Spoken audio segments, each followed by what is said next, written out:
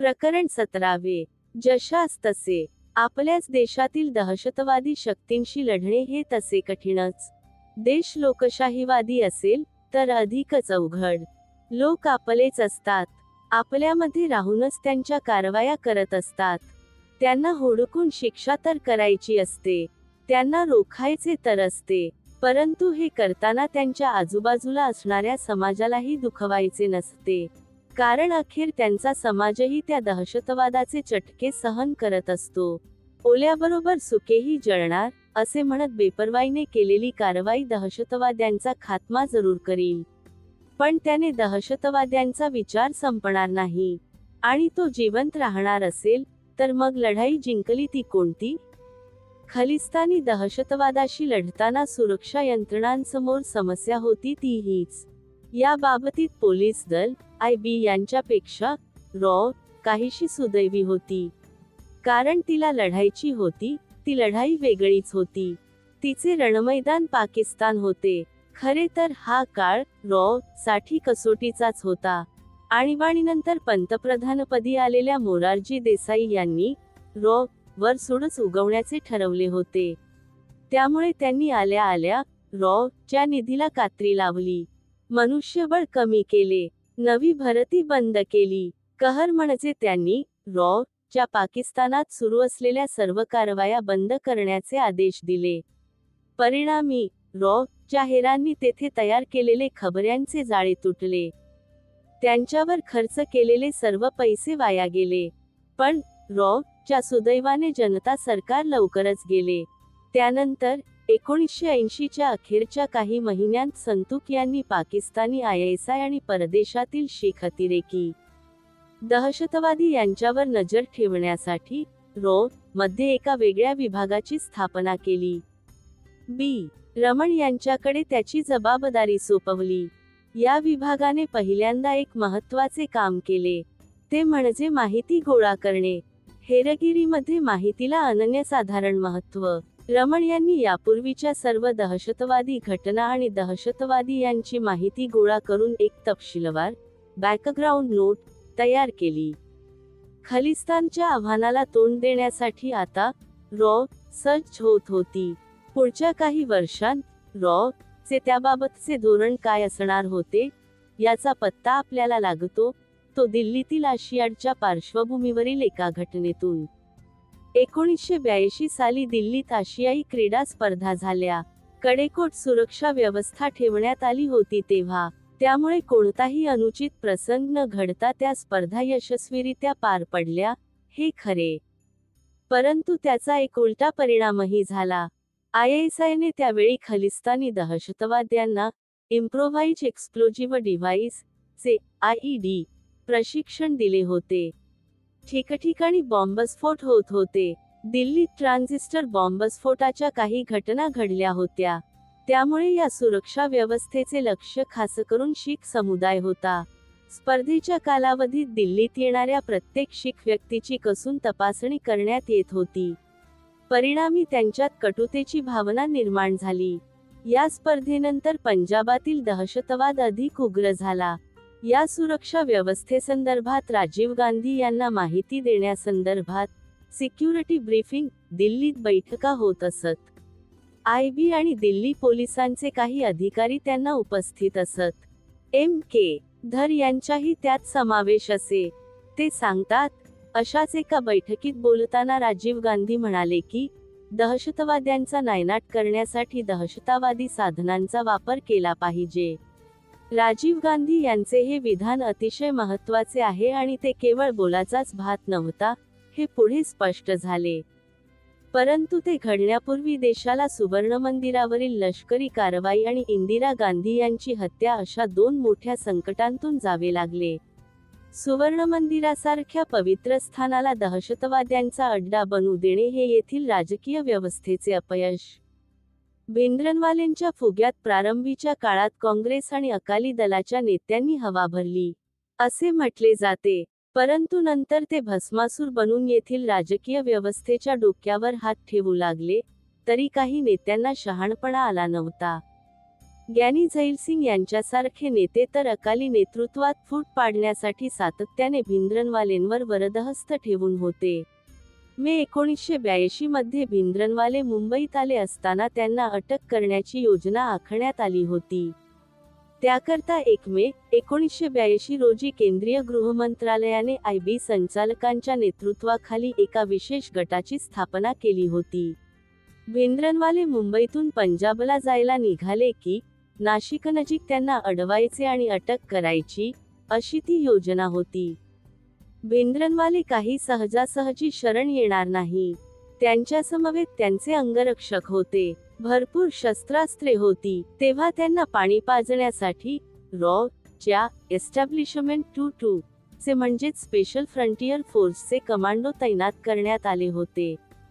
पण व्यवस्थेत त्यांचे सहानुभूतीदार होते. त्यांच्याकडून भिंद्रनवालेंना ही माहिती समजली. तो मुंबईतून पंजाब पोलिसांना आव्हान देऊ लागला, या आणि मला पकडून दाखवा. त्यावर 4 मे 1982 रोजी केंद्रीय गृहमंत्री ग्यानी झैल सिंग, गृहसचिव टी.एन. चतुर्वेदी, कॅबिनेट सचिव सी.आर. कृष्णस्वामीराव, पंतप्रधानांचे प्रधान सचिव पी.सी. अलेक्झांडर आणि आयबीचे संचालक टी.व्ही. राजेश्वर यांची बैठक झाली. त्यात भिंद्रनवालेंची मुंबईतच गठडी वळण्याचे ठरले. पण कोठेतरी माशी शिंकली. मुंबईत त्यांना अटक करतेवेळी गोळीबार होईल, त्यात सामान्य नागरिकांचे बळी जाण्याची शक्यता आहे. तेव्हा तेथे काही करू नये, त्याला प्रवासात असताना अटक करावी, असे सांगण्यात आले. ते कोणाच्या आदेशावरून सांगण्यात आले, हे स्पष्ट नाही. पण पुढे भिंद्रनवालेंना अटक झालीच नाही. ते गुपचूप महाराष्ट्रातून पळाले आणि पंजाबला पोहोचले. यानंतर बातम्या आल्या की खुद्द झैल सिंग यांनीच त्याला अटकेची टीप दिली होती. त्याला पळून जाण्याचा सल्ला दिला होता. ही माहिती कितपत खरी आहे, हे अज्ञात असले तरी तेव्हा पंजाबचे मुख्यमंत्री दरबारसिंग यांच्या गोटातून ती खरीच असल्याचे सांगण्यात येत होते. ते काहीही असले तरी यातून ही बाब स्पष्टच होते की भिंद्रनवालेंना काही राजकीय शक्ती मदत करत होत्या. भिंद्रनवालेंनी सुवर्ण मंदिराचा ताबा घेतला. तेथे शस्त्रसाठा केला. त्याच्या दलातील दहशतवाद्यांनी त्या स्थानाचे पावित्र्य नष्ट केले. हे झाले ते मात्र सुरक्षा यंत्रणांचेच अपयश म्हणावे लागेल. आयबी आणि जी.सी. सक्सेना यांच्या नेतृत्वाखालील रॉ या दोन्ही यंत्रणांना सुवर्ण मंदिरात नेमके काय घडत होते, याची विश्वसनीय माहिती मिळवता आली नव्हती. उलट त्यांना जी माहिती मिळत होती, ती गोंधळात भर घालणारीच होती. येथे एक गोष्ट मात्र नमूद करायला हवी की ऑपरेशन ब्लू स्टार घडू नये, हा प्रश्न शांततेने निकालात निघावा, यासाठी इंदिरा गांधी शेवटच्या क्षणापर्यंत काम करत होत्या. त्यांच्या त्या प्रयत्नात रॉ आणि आयबी यांचे अनेक अधिकारी सहभागी होते. राजीव गांधी आणि त्यांचे 2 निकटवर्ती सहकारी अकाली दलाच्या नेत्यांना गुपचूप भेटत होते. विदेशी गुप्तचर संस्थांनी या कामी मदत करावी, अशी विनंती करण्यात आली होती. पण शिखांची लोकसंख्या अधिक असलेल्या कॅनडा, ब्रिटन, अमेरिका यांसारख्या देशांनी त्याबाबत फारशी उत्सुकता दाखवली नाही. इंदिरा गांधी यांच्या सुरक्षा व्यवस्थेत कोणतीही त्रुटी राहू नये, याकरता त्या व्यवस्थेची फेररचना करण्यात आली होती. त्यांच्या सुरक्षारक्षकांतून शीख अधिकाऱ्यांना दूर करण्यात आले होते. हा निर्णय यांचा, परंतु इंदिरा गांधी यांना तो पसंत पडला नाही. आपले शीख सुरक्षारक्षक आपल्याला कोणत्याही प्रकारचा धोका पोहोचू देणार नाहीत, यावर त्यांचा विश्वास होता. त्यांनी या निर्णयाबद्दल नाराजी व्यक्त केल्यानंतर तो मागे घेण्यात आला. परंतु यांनी त्यातही एक चलाखी केली. ती म्हणजे इंदिरा गांधींच्या जवळपास कोणताही शीख रक्षक एकटा राहणार नाही, याची खबरदारी घेण्यास त्यांनी सांगितले. जेव्हा कोणी शीख सुरक्षारक्षक नेमला जाईल, तेव्हा त्याच्या सोबत दुसरा बिगर शीख रक्षक असेल, याची दक्षता घेण्याच्या सूचना त्यांनी केल्या. परंतु त्याकडे दुर्लक्ष करण्यात आले. त्याची किंमत देशाला चुकवावी लागली. यांनी या घटनेनंतर लगेचच आपल्या वरिष्ठ सल्लागार पदाचा राजीनामा दिला. दहशतवाद्यांचा नायनाट करण्यासाठी दहशतवादी साधनांचा वापर केला पाहिजे, असे म्हणणाऱ्या राजीव गांधी यांच्याकडे आता पंतप्रधानपदाची सूत्रे आली होती. पाकिस्तानात अद्याप झिया यांचीच सत्ता होती. त्यांच्या नेतृत्वाखाली ISI खलिस्तानी दहशतवाद्यांचे पालनपोषण करत होती. भारतात, विशेषतः पंजाबात हिंसाचाराचे थैमान सुरूच होते. सुवर्ण मंदिरावरील कारवाईमुळे एकंदरच शीख समाजात मोठ्या प्रमाणावर नाराजी निर्माण झाली होती. इंदिरा हत्येनंतर दिल्लीत उसळलेल्या शीखविरोधी दंगलीने त्यात भरच घातली होती. शीख समाज भावनिकदृष्ट्या भारतापासून दुरावत चालला होता. एखाद्या समाजाला लक्ष्य करून घडवलेल्या दंगलींचे परिणाम किती भयानक असू शकतात, याचे उदाहरण म्हणजे राजीव गांधी यांच्या हत्येचा दिल्लीत, तेही महात्मा गांधींच्या समाधीस्थळी झालेला प्रयत्न. तो करणारा शीख युवक कोणी खलिस्तानवादी नव्हता, दहशतवादी नव्हता. दिल्लीत अभियांत्रिकीचे प्रशिक्षण घेणारा साधा विद्यार्थी होता तो. करमजीत सिंग त्याचे नाव. 84च्या दंगलीत तो नशिबाने वाचला. त्याच्या घरमालकाने त्याला दाढीमिशा काढण्यास सांगितले. न्हाणीघरात लपवले. दंगलखोरांपासून त्यामुळे त्याचे प्राण वाचले, पण त्याचा एक मित्र मात्र अभागी ठरला. त्याला जिवंत जाळण्यात आले. तेव्हापासून त्याच्या डोक्यात सूडभावनेने थैमान घातले होते. पंतप्रधान राजीव गांधी यांची हत्या करायची होती त्याला. त्यासाठी त्याला एखादी बंदूक किंवा रिव्हॉल्वर हवे होते. त्याने पंजाबात ते मिळवण्याचा प्रयत्न केला, पण त्यात यश आले नाही. अखेर त्याला राजस्थानातील श्रीगंगानगरमध्ये एक गावठी कट्टा मिळाला, अवघ्या 300 रुपयांत.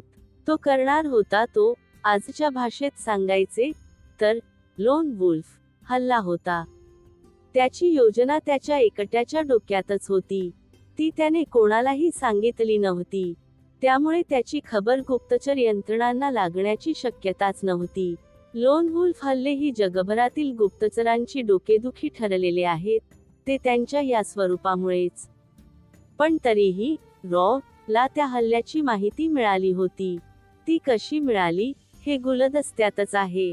कदाचित ज्या शस्त्रविक्रेत्याने त्याला हा कट्टा विकला, त्यानेच ती माहिती पोलिसांना च्या खबऱ्यांना दिली असेल. पण ची खबर केवळ कट्टा खरेदीपुरतीच मर्यादित नव्हती. हा हल्ला कुठे, कधी आणि कोणावर होणार, हेही ला समजले होते. चे अधिकारी रंजन यांनी 27 सप्टेंबर 1986 रोजी पंतप्रधानांच्या सुरक्षेची जबाबदारी असलेल्या special protection group SPG IB आदी यंत्रणांना ही माहिती दिली होती. IBचे तत्कालीन अतिरिक्त संचालक PK मलिक यांनी ती माहिती दिल्लीचे अतिरिक्त पोलीस आयुक्त गौतम कौल यांना दिली होती. ने कळवले होते, बातमी खात्रीशीर नसली तरी असे समजते की 2 ऑक्टोबर 1986 रोजी पंतप्रधान राजघाटावर गांधीजींच्या समाधीवर पुष्पचक्र अर्पण करण्यास जातील, तेव्हा त्यांच्यावर प्राणघातक हल्ला करण्यात येणार आहे. हा संभाव्य मारेकरी एक शीख आहे. त्याने दाढी काढलेली आहे. दिल्ली दंगलीचा तो बळी ठरला होता. तो माळ्याच्या वेशात राजघाट परिसरात घुसेल आणि तेथील झुडपांमध्ये लपून बसेल. ने एवढी तपशीलवार माहिती देऊनही काहीही उपयोग झाला नाही. रुटीन सिक्युरिटी वॉर्निंग असे म्हणत सुरक्षा यंत्रणांनी त्याकडे दुर्लक्ष केले. तो शीख तरुण राजघाटावर आधीच जाऊन लपून बसला. तब्बल 10 दिवस तो तेथे होता. 2 ऑक्टोबर पूर्वी पोलिसांनी, श्वानपथकांनी संपूर्ण राजघाटाची तपासणी केली. तेथे पहारे बसवले, पण कोणालाही तो दिसला नाही. सुरक्षा यंत्रणांच्या गलथानपणाची मोठी किंमत राष्ट्राला पुन्हा एकदा चुकवावी लागली असती. त्याने राजीव गांधी यांच्यावर त्या दिवशी 3 गोळ्या झाडल्या. पहिली गोळी राजीव समाधी परिसरात आल्यानंतर त्याने झाडली. नेम चुकून ती पलीकडे फुलझाडांत जाऊन पडली. तो आवाज अनेकांनी ऐकला, पण तो पिस्तुलाचा होता असे कोणाला वाटलेच नाही. जेव्हा एका पोलिसाला ती गोळी दिसली, तेव्हा सुरक्षा दले सावध झाली. मग ती कुठून आली याचा शोध सुरू झाला. तोही पुन्हा भलत्याच दिशेने. तोवर समाधीस्थळी प्रार्थना सभा झाली. राजीव, सोनिया, राष्ट्रपती झैलसिंग हे सारे जाण्यास निघाले. त्यावेळी करमजीतने नेम धरून राजीव यांच्यावर आणखी 2 गोळ्या झाडल्या. सुदैवाने त्याच्या हातात आधुनिक शस्त्र नव्हते किंवा बॉम्ब नव्हता. गावठी कट्टा होता तो. त्याचे नेम चुकले आणि त्यामुळे राजीव गांधी यांचे प्राण वाचले. त्या हल्लेखोराला नंतर अटक करण्यात आली. या घटनेने पंजाबातील शीख तरुणांमधील असंतोष, व्यवस्थाविरोध कोणत्या पातळीवर गेला होता याचा अंदाज येतो. त्याच असंतोषाचा लाभ खलिस्तान वाद्यांनी आणि ISIने उठवला. नव्याने भरती होणाऱ्या तरुणांसाठी पाकिस्तानमधील प्रशिक्षण शिबिरांची संख्या वाढवण्यात आली. या दहशतवाद्यांना आधुनिक बॉम्बनिर्मितीचे प्रशिक्षण देण्यात येत होते. भाकरा नांगल धरण, कालवे उडवून द्या, भारतातील अर्थव्यवस्थेच्या दृष्टीने महत्त्वाच्या स्थळांवर हल्ले चढवा, हे त्यांना सांगण्यात येत होते. या सगळ्यामागे ISIचा हात होता, हे मान्य करायला मात्र CIAची तयारी नव्हती. भारताने सादर केलेले कोणतेही पुरावे त्यांना पुरेसे वाटत नव्हते. हे ISIच्या फायद्याचेच होते. त्याचवेळी ISIने भारताविरोधातील सायबॉरलाही गती दिली होती. ऑपरेशन ब्लू स्टार नंतर अनेक पाश्चिमात्य देशांत शिखांच्या स्वयंसेवी संस्था, मानवाधिकार संस्था उभ्या राहिल्या. त्या काही उगाच नव्हे. त्यांना ISIकडून निधी पुरवला जात होता. त्यांचे काम एकच होते, युरोपात भारतविरोधी प्रचार करणे. अशा परिस्थितीत भारताला केवळ प्रतिक्रियेचे धोरण राबवणे परवडणारे नव्हते. आता जशास तसे उत्तर देणे आवश्यक होते. मध्येही आता बदल झाले होते. महाराष्ट्रातील अमरावतीच्या राजघराण्यातील S.E. जोशी हे एप्रिल 1986 ते 31 जुलै 1987 या काळात चे प्रमुख होते. ते पाकिस्तान तज्ज्ञ मानले जात. त्यातही पेनेट्रेशन ऑपरेशन ही त्यांची खासियत मानली जाई. पेनेट्रेशन ऑपरेशन म्हणजे शत्रूच्या मुलखात आपले हेर घुसवणे. मोठे अवघड काम हे. एखाद्या व्यक्तीला शत्रूच्या प्रदेशात घुसवणे सोपे. ते तर साधे तस्करही करू शकतात. किंबहुना पाकिस्तान, भारत या दरम्यान अंमली पदार्थांची, सोन्याची, मुलींची तस्करी करणाऱ्यांचा वापर त्यासाठी करून घेतला गेलेला आहे. पण घुसवलेल्या व्यक्तीला तेथे स्थिरस्थावर करणे हे महाकठीण. त्यासाठी प्रचंड तयारी करावी लागते. लिजंड्स बनवावी लागतात. त्या हेराच्या मदतीला स्थानिक खबऱ्यांचे जाळे तयार ठेवावे लागते. जोशी हे पेनेट्रेशन ऑपरेशनचे तज्ज्ञ, याचा अर्थ ते या सर्व गोष्टींमध्ये पारंगत होते. ते सेवानिवृत्त झाले तेव्हा पंतप्रधान राजीव गांधी यांनी त्यांना आणखी 1 वर्ष थांबण्याची विनंती केली होती. पण जोशी यांनी त्यास नकार दिला. आपल्यानंतर या पदावर येणाऱ्या व्यक्तीवर अन्याय व्हायला नको, ही भावना त्यामागे होती. त्यांच्यानंतर चे संचालकपद येणार होते, ते R. गोविंदराजन यांच्याकडे. परंतु त्याआड आले बोफोर्स प्रकरण. 16 एप्रिल 1987 रोजी स्वीडिश रेडिओवरून बोफोर्स प्रकरणाची पहिली बातमी आली. तोफा खरेदीसाठी काही भारतीय अधिकाऱ्यांना आणि राजकीय नेत्यांना बोफोर्स कंपनीने लाच दिली, असे त्या बातमीत म्हटले होते. त्यामुळे अस्वस्थ झालेल्या राजीव गांधी यांनी त्याच रात्री IB आणि च्या प्रमुखांना आपल्या निवासस्थानी बोलावले. तेव्हा गोविंदराजन हे चे प्रभारी प्रमुख होते. राजीव गांधी यांनी त्यांना हे काय चालले होते असे विचारले. गोविंदराजन हे नुकतेच बाहेरगावच्या दौऱ्यावरून दिल्लीला परतले होते. त्यांना बोफोर्सविषयीच्या त्या बातमीची खबरबातच नव्हती. आपल्या गुप्तचर संस्थेच्या प्रमुखाला एवढ्या मोठ्या घटनेविषयी काहीच माहिती नाही. हे पाहून राजीव गांधी वैतागले आणि गोविंदराजन यांची संधी हुकली. हे गोविंदराजन म्हणजे भारतीय रिझर्व्ह बँकेचे माजी गव्हर्नर आणि ख्यातनाम अर्थतज्ज्ञ रघुराम राजन यांचे वडील. बोफोर्स प्रकरणाचे ते पहिले बळी. त्यांच्याऐवजी आनंद कुमार वर्मा यांच्याकडे 1 ऑगस्ट 1987 रोजी ची सूत्रे सोपवण्यात आली. राजीव गांधी यांच्याप्रमाणेच वर्मा यांचेही मत होते की जोवर पाकिस्तानला त्याच्या दहशतवादी कारवायांची किंमत चुकवावी लागत नाही, तोवर भारत या समस्येपासून कधीच मुक्त होऊ शकणार नाही. पण त्यासाठी नेमके काय करायचे, या प्रश्नाच्या उत्तरातून साकारली 2 विशेष पथके. CITX आणि CITJ counter intelligence team X आणि J पाकिस्तान भारत फोडण्याचे प्रयत्न करत आहे. आपण पाकिस्तानचे आणखी तुकडे करण्यासाठी तेथील सिंध, बलुची चळवळींना खतपाणी घालायचे. पाकिस्तान खलिस्तानी दहशतवाद्यांना शस्त्रे पुरवठा करत आहे. आपण पाकिस्तानातील फुटीरतावादी चळवळींना शस्त्रे पुरवायची. पाकिस्तान भारतातील शहरांत बॉम्बस्फोट करत आहे. आपण पाकिस्तानात घुसून बॉम्बस्फोट करायचे. ही जबाबदारी होती CITXची. पण त्याच वेळी भारतात सुरू असलेल्या दहशतवादी कारवायांकडे का पाहत राहायचे? त्यांनाही अद्दल घडवायला हवी. दहशतवाद्यांना मुळापासून निखंदून काढायला हवे. ते काम सोपवण्यात आले CITJकडे. अफगाणिस्तानातील खादमत ऐतलात दौलती खाद या गुप्तचर संघटनेचे आणि चे मैत्री संबंध होतेच.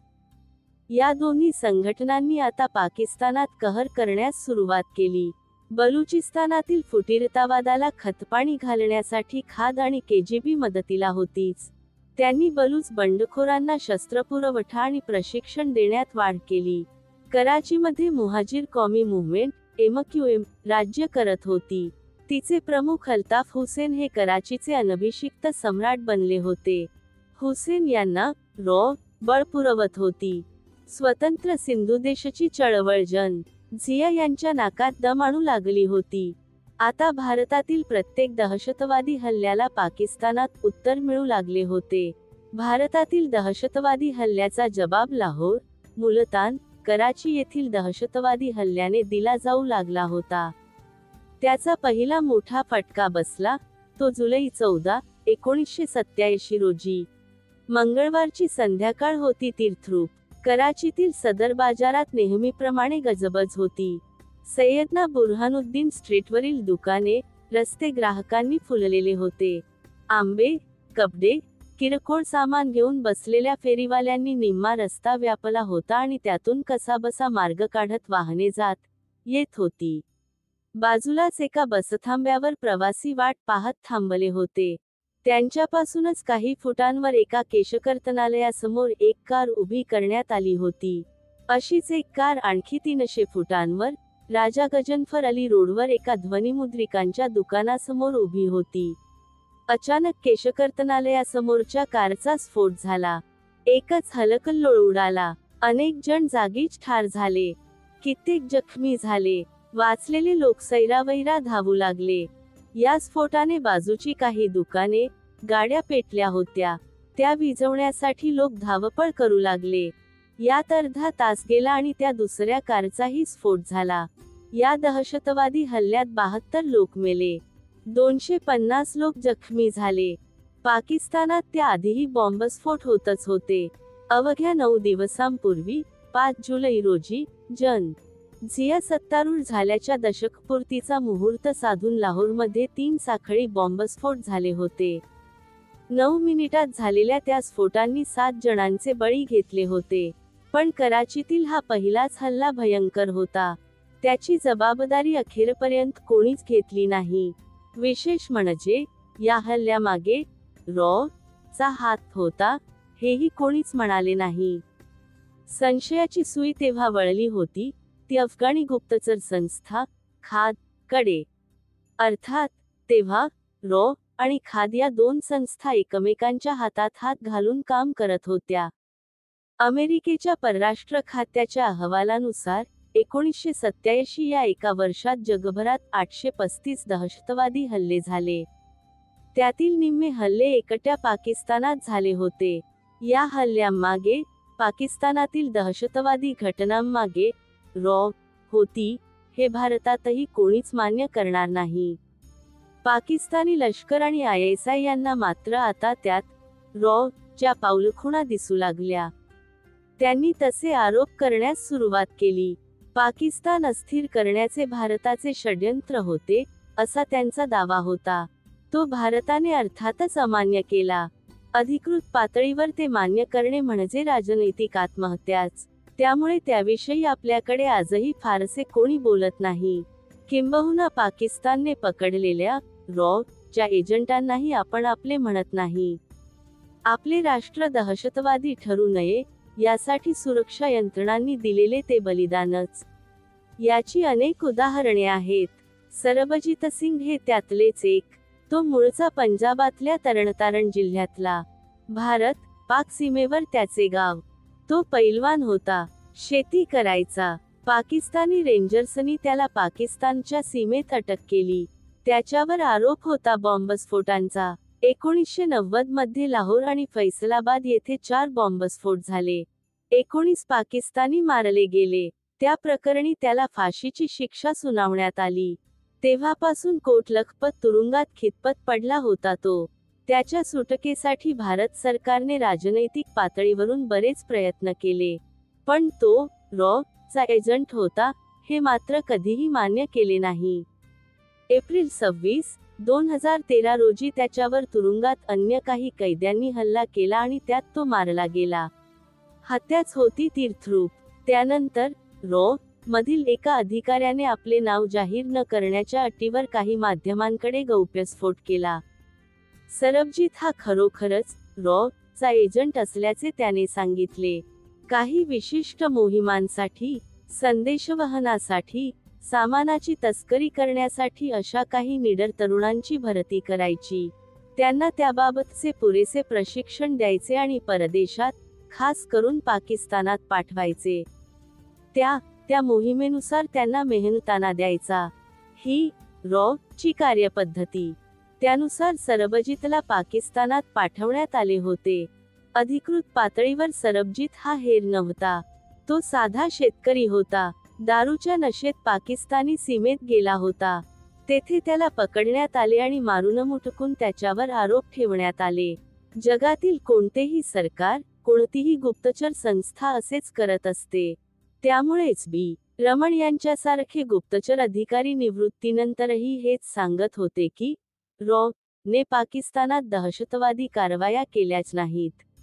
असे असले तरी रमण यांच्याच एका लेखातून CIT-Xच्या कारवायांबाबतचे स्पष्ट संकेत मिळतात.